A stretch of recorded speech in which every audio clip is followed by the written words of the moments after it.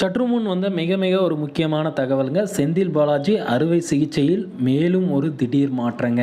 என்ன நடந்தது அப்படின்னு இந்த வீடியோவில் நம்ம முழுமையாக பார்க்கலாம் வாங்க. செந்தில் பாலாஜி வந்து பார்த்திங்கன்னா அமலாக்கத்துறையால் கைது செய்யப்பட்டு வந்து பார்த்திங்கன்னா அரசு பல்நோக்கு மருத்துவமனை, அதாவது ஓமந்தூர் அரசு பல்நோக்கு மருத்துவமனையில் இருந்தார். அங்கே அவங்களுக்கு செட் ஆகலை அப்படின்ட்டு உயர்நீதிமன்றத்துக்கிட்ட ஆணை வழங்கி உடனடியாக வந்து பார்த்திங்கன்னா காவேரி ஹாஸ்பிட்டலுக்கு போனாங்க. காவேரி ஹாஸ்பிட்டலுக்கு போயிட்டு அங்கேயும் அவருக்கு போலீஸ் இப்போ அந்த எல்லாமே கொடுத்தாங்க, டாக்டர்கள் எல்லாமே இருந்தாங்க.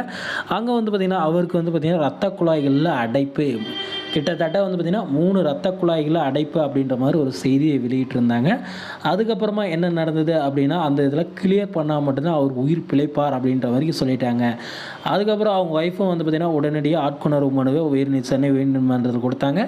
அதுக்கப்புறம் அவங்க வந்து பார்த்திங்கன்னா அந்த ரிசல்ட் எல்லாம் எடுத்து பார்த்துட்டு, இனிமேல் வந்து பார்த்திங்கன்னா செந்தில் பாலாஜி அதிக தொந்தரவுகள் பண்ணக்கூடாது, அதுக்கு பதிலாக அவர் 3ஆம் கட்ட விசாரணை தான் பண்ணணும், நிறைய டார்ச்சர்லாம் பண்ணக்கூடாது அப்படின்ற மாதிரி சொல்லிட்டாங்க.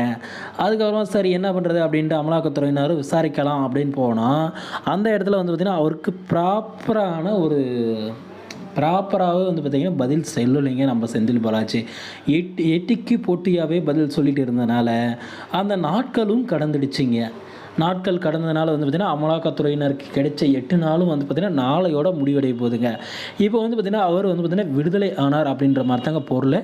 இந்த டைமில் தான் என்ன பண்ணுறது அப்படின்னு தெரியாத அமலாக்கத்துறையினர் உடனடியாக வந்து பார்த்திங்கன்னா உச்சநீதிமன்றத்தை நாடுறாங்க. எங்களுக்கு வந்து பார்த்திங்கன்னா செந்தில் பாலாஜி மீது வந்து சந்தேகமாக இருக்குது, அவருக்கு வந்து பார்த்திங்கன்னா அந்த மாதிரியான எந்த ஒரு பிரச்சனையும் இல்லை, அவருக்கு வந்து பார்த்திங்கன்னா மீண்டும் வந்து பார்த்திங்கன்னா நாட்கள் அதிகரிக்கணும் அப்படின்னு ஒரு கேஸை கொடுத்துட்டு இருக்காங்க.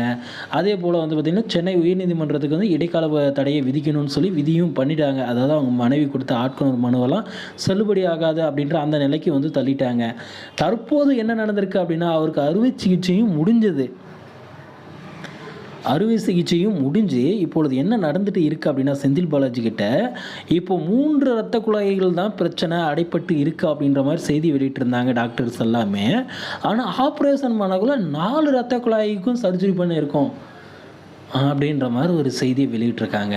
இப்போ இதில் பித்தலாட்டங்கள் நிறைய இருக்குது, அதில் வந்து எய்ம்ஸ் மருத்துவர்களை உள்ளே அனுப்பினாங்களா, வீடியோ ஆதாரங்கள் இருக்கா அப்படின்னு எந்த ஒரு ப்ரூஃப்மே இல்லைங்க. இதனால் எதிர்கட்சியான அதிமுக வாட்டி வசப்பாடுறாங்க நம்ம திமுகவை.